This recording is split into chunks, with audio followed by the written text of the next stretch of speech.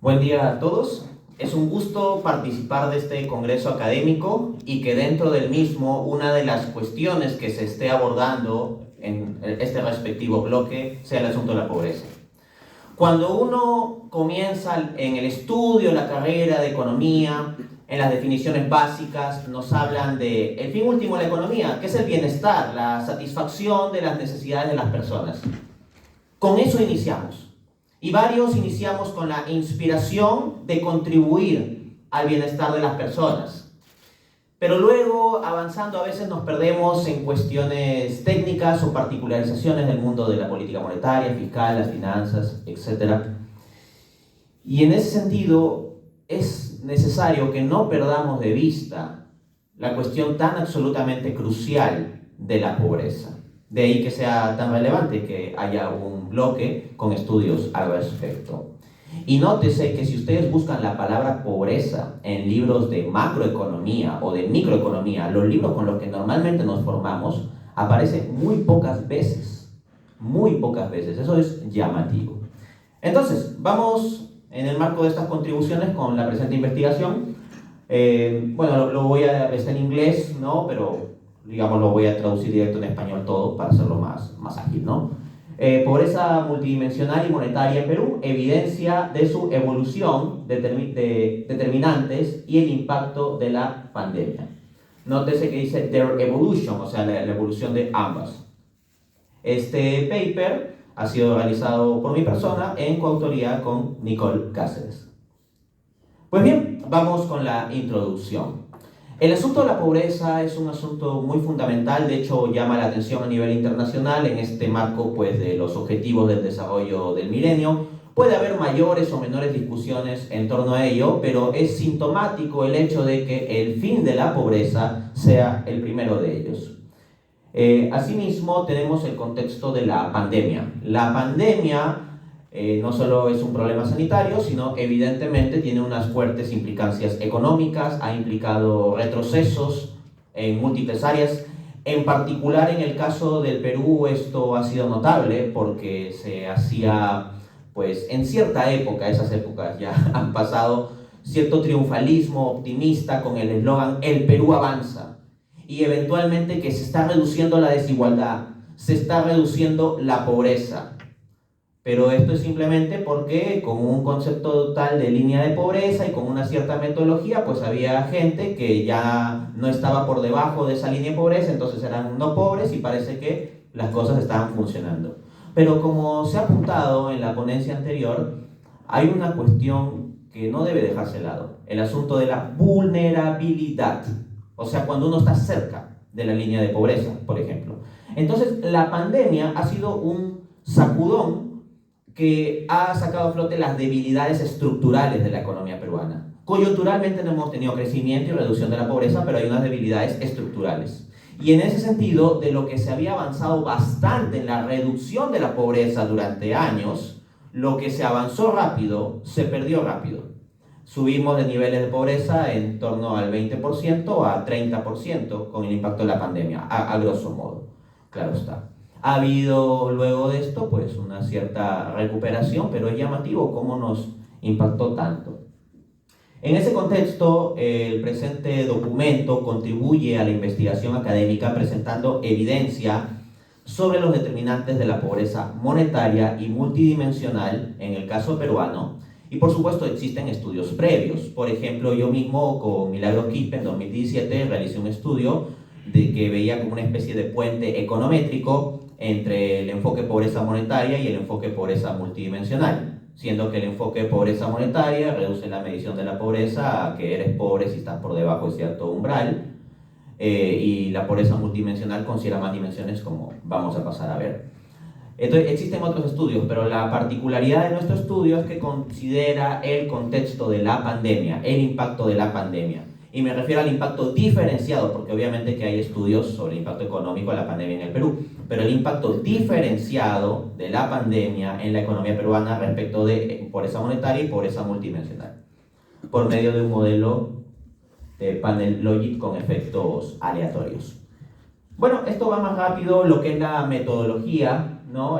Consideramos la metodología de Alcaire-Foster, que se basa en el cálculo del índice de pobreza multidimensional, considerando 3 dimensiones. Luego vamos a volver sobre ello. En primer lugar, 3 pasos, ¿no? En primer lugar, se calcula el estado de privación de cada individuo por dimensión, con lo cual nos da pues una cierta variable. Esto voy un poco rápido. En segundo lugar, pues computamos una columna de vectores cuyos elementos representan el conteo de las privaciones experimentadas por los individuos. Se entiende por privación, por ejemplo, en una dimensión, digamos, que sea acceso a agua potable. Si no tengo agua potable en mi hogar, entonces estoy privado, ¿no?, respecto a esa dimensión. Luego, con base en esto, se calcula el MPI o M0, es decir, el Multidimensional Poverty Index, índice de pobreza multidimensional, que considera el producto de la incidencia y la intensidad de la pobreza multidimensional. Detalles técnicos, ahí los pueden ver de las fórmulas, ¿no? Simplemente es la metodología de Alcaire-Foster, entonces la pueden consultar también para más detalles en la página del OPI. Bueno, en cuanto a los datos, utilizamos datos del ENAO, Encuesta Nacional de Hogares, para el periodo 2019-2022, es decir, tomamos el antes, durante y después de la pandemia. Cubrimos tanto áreas urbanas como rurales de diferentes regiones del Perú a través de un método de selección probabilístico. Para la formación del panel de datos se combinan varios módulos, entre ellos housing, características del hogar, características de los miembros del hogar, educación, salud, empleo e ingresos, activos, ¿no?, de los miembros del hogar y sumaria.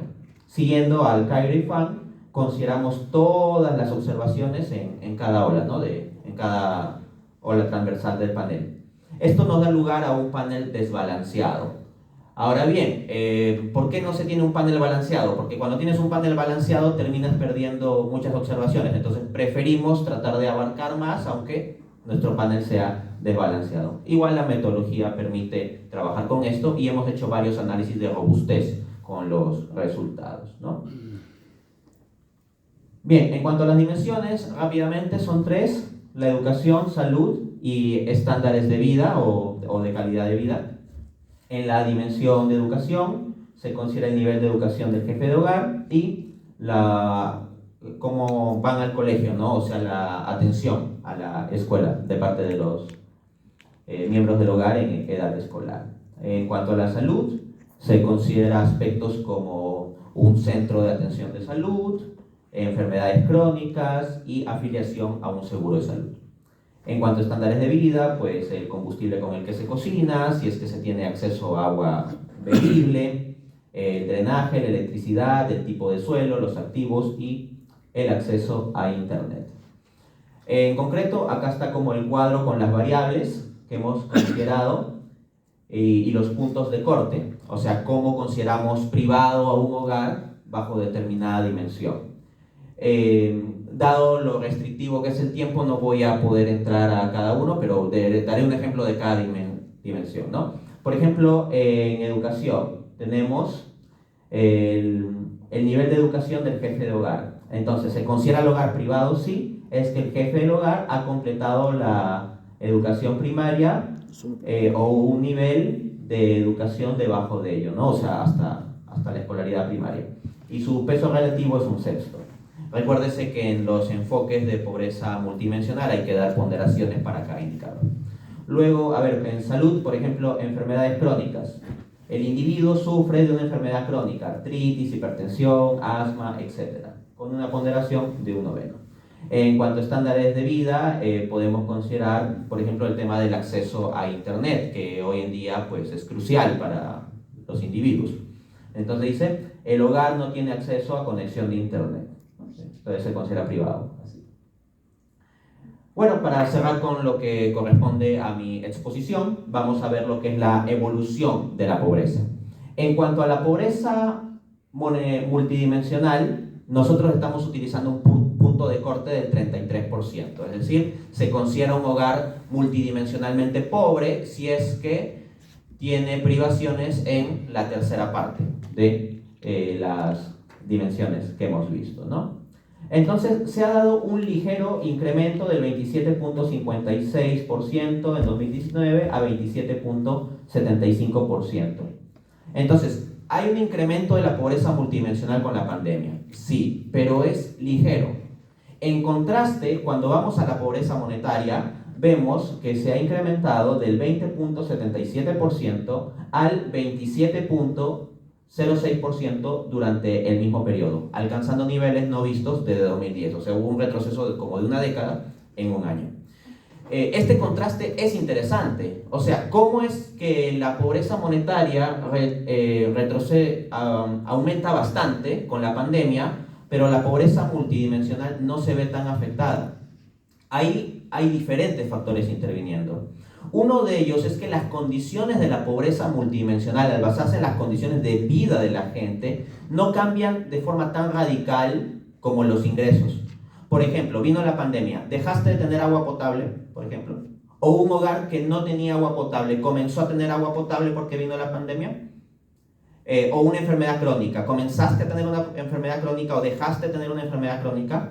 Entonces, esto muestra un patrón interesante de que los factores detrás de la pobreza multidimensional son más estables. Se refiere pues a una cuestión más estructural y en cambio la pobreza monetaria, más aún en un entorno de informalidad y vulnerabilidad, como el caso peruano, está más sujeto a fluctuar.